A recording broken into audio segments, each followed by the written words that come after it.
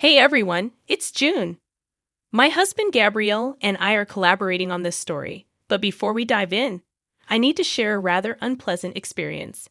My first encounter with Gabrielle's parents, Louise and Lena. Let me fill you in on what they had to say.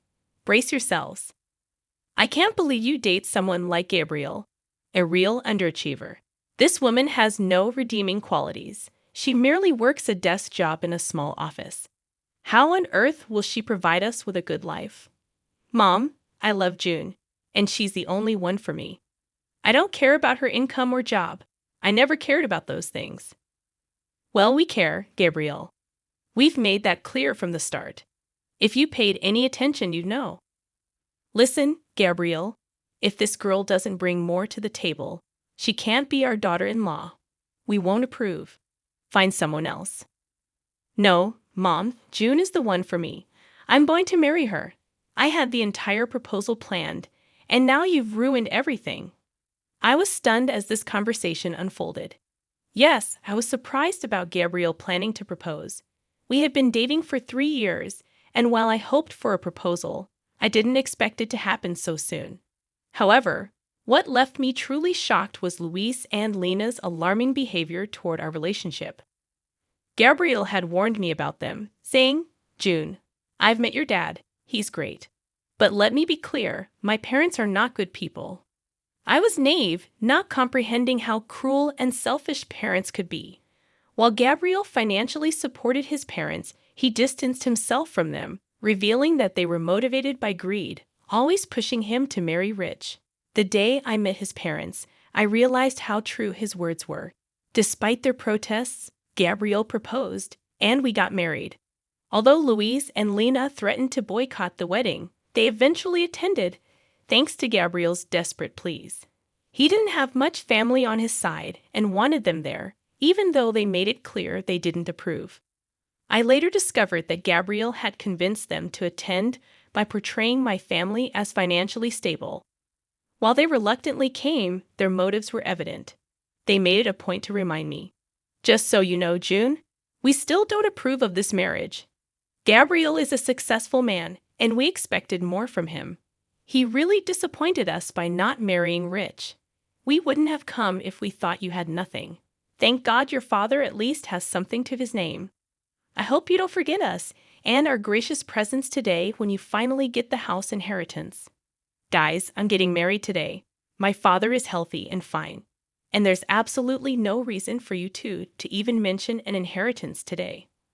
I stormed off, distancing myself from them after hearing their audacious remark.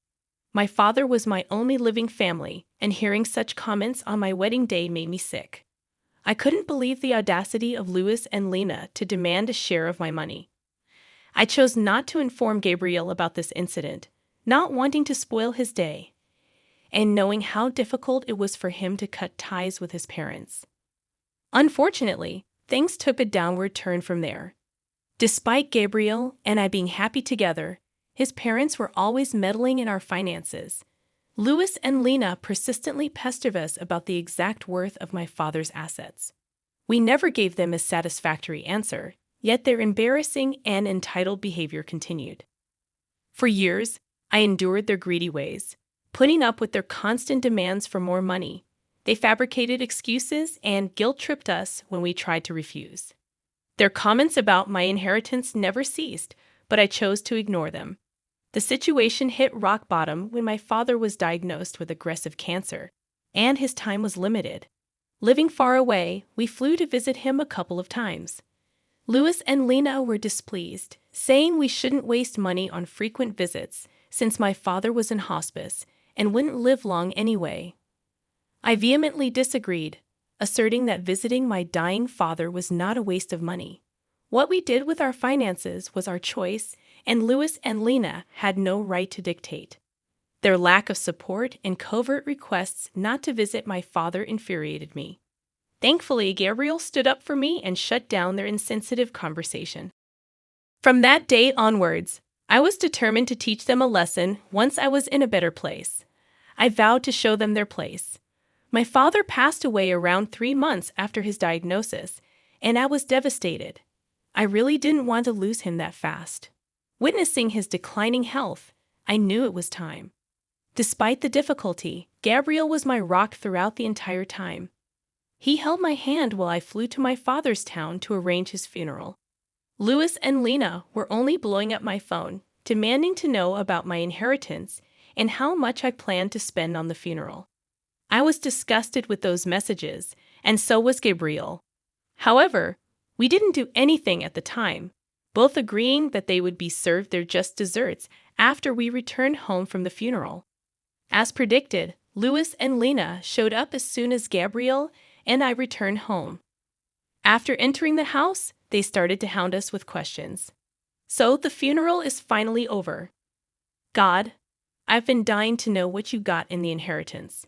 Your father must have left you the house. What are you even talking about, Lena? How does my inheritance concern you in any way? I just came back from my father's funeral. And this is what you ask. Oh, please, June, don't be such a spoiled sport. Ever since Gabriel married you, we've been wondering why he did it. I mean, you don't have a great job, and neither are you beautiful.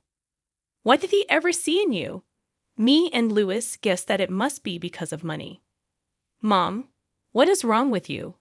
How can you even insult me and my wife like that? We married each other for love. I have told you this countless times.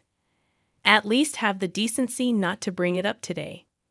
Gabriel, there's no reason to be so dramatic. We're simply asking her a question.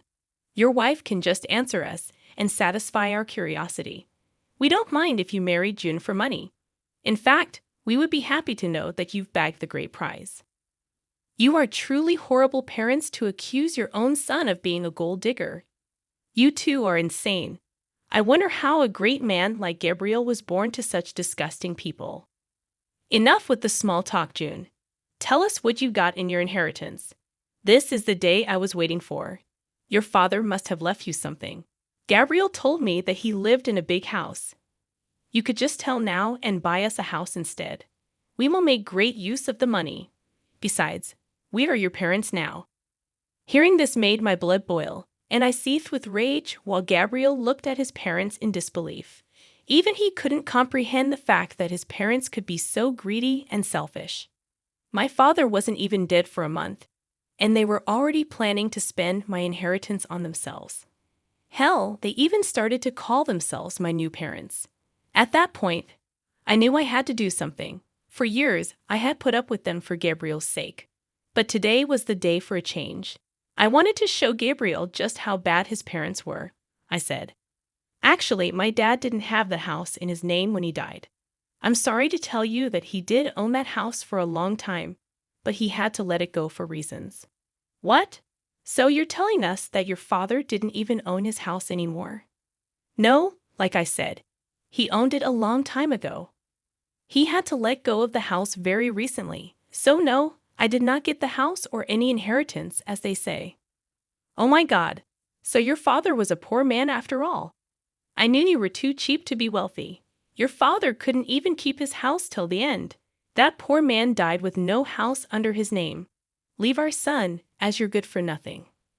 Mom, our marriage isn't over just because she didn't get an inheritance. You can't just ask her to leave me because of a stupid reason like that. Don't speak over us, Gabriel. We won't allow you to continue this marriage anymore. You have disappointed us by marrying into a poor family. You didn't once think about how you could keep your parents happy. I'm ashamed to have a son like you. June, I'm sure you must have trapped my son into marrying you. People like you can use cheap tricks to lure men. Your final plan was to cut us off and enjoy my son's money alone. Well, guess what, June? I won't let that happen. Louis and Lena started to harass Gabriel to give me a divorce and leave.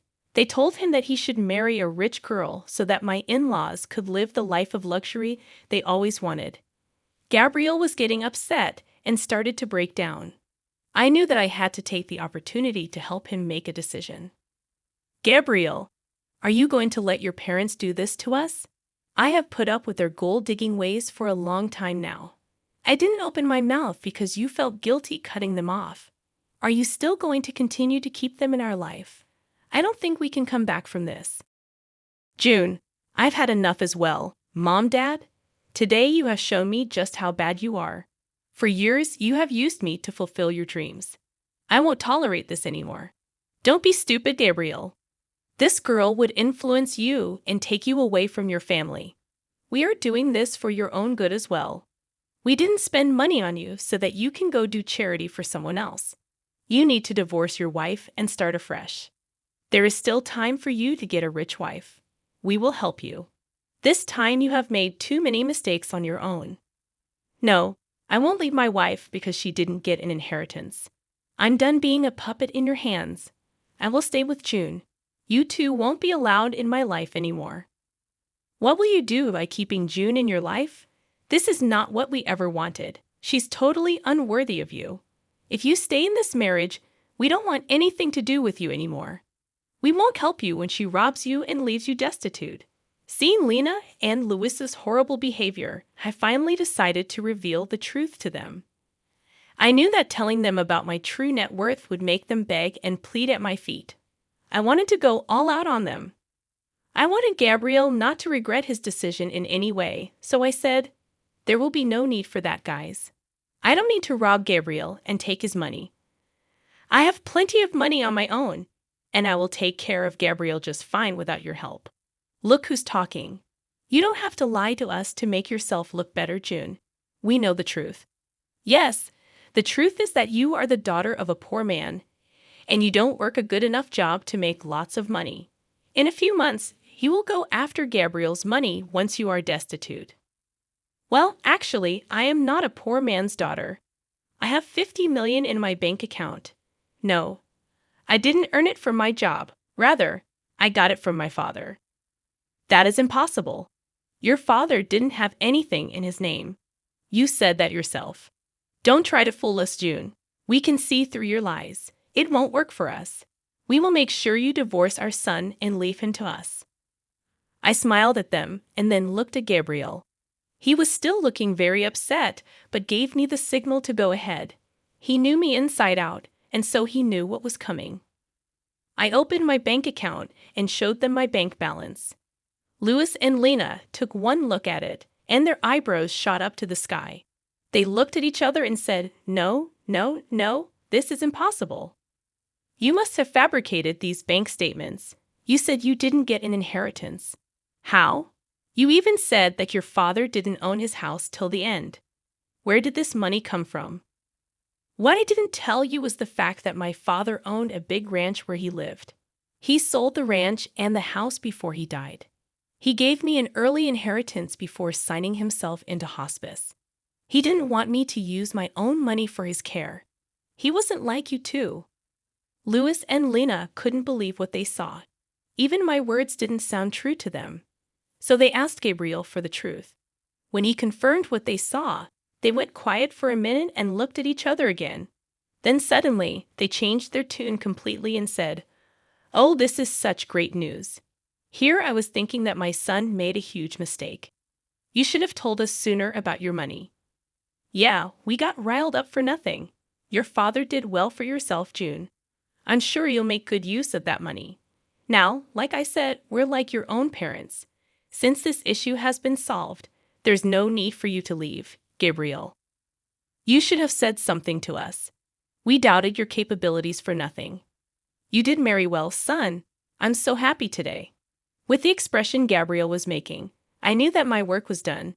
He would take care of the rest, so I held back my cuss words and let him do the talking. I trusted my husband to make the right choices, and he didn't disappoint me. Gabriel was fuming and started to scream at his parents. He said, "You still have the audacity to stand here and keep talking to us. Hell, how do you still expect June to pay for your comfort? You were hounding us to get divorced. And now you suddenly claim that she's family. How could you do this? We didn't know her net worth back then, Gabriel. She hid the truth from us. How are we supposed to know that she's actually rich? Yeah, June, we'd apologize for assuming the worst. You did surprise us. Anyway, now that you have an apology, can we move past this already?" "No, absolutely not. There is no way I'm forgiving you two for what you did today. I just got back from burying my father, and you two didn't even let me grieve in peace. I will never forget or forgive this. I think it has been enough already. Since you two think so lowly of me, there is no reason for me to keep you in my life. Today, I will protect myself and my wife from your toxic selves. Get out of my house and don't even think about coming back. From next month onwards, you are on your own. I won't be helping you out financially anymore. You don't deserve any kind of help after today. After Gabriel said that, Luis and Lena went absolutely ballistic on us. They also kept begging us and pleading with us not to cut them off. Neither Gabriel nor I paid any attention to their requests. In fact, Gabriel was so mad that he threatened to call the police if they did not leave our house. Soon after they heard the threats, both Luis and Lena left our property but continued to blow up our phones with calls and texts. We blocked their number before reminding them that we will press charges if they don't stop harassing us. For the next few days, Gabriel completely dealt with his family while I grieved my father properly. I was finally in a peaceful setting where I could reflect on my childhood memories and try to remember my father for the good times. He truly was an amazing man. As soon as he understood that I didn't want to move back south, he sold his property so that I didn't have to worry about it. He didn't even want me to spend money on his medical bills, so he used some of the sale money to pay for hospice. He was truly a great parent, and I still miss him a lot. On the other hand, Gabriel was also grieving the loss of his family, but for other reasons. Yes, he was finally free from his toxic family, but some people were guilting him about abandoning them. Those people did stop hounding him when Gabriel told them the full story. Now, everyone who knows Luis and Lehman is disgusted with them. The duo still tried to contact us even after we blocked their numbers and changed our locks. We are contemplating taking out restraining orders if they don't stop soon. Meanwhile, I have recently found out that I am pregnant. I'm sad that my father couldn't be a part of my child's life, but me and Gabriel are really enjoying this surprise and preparing ourselves to have a little bundle of joy in our arms soon.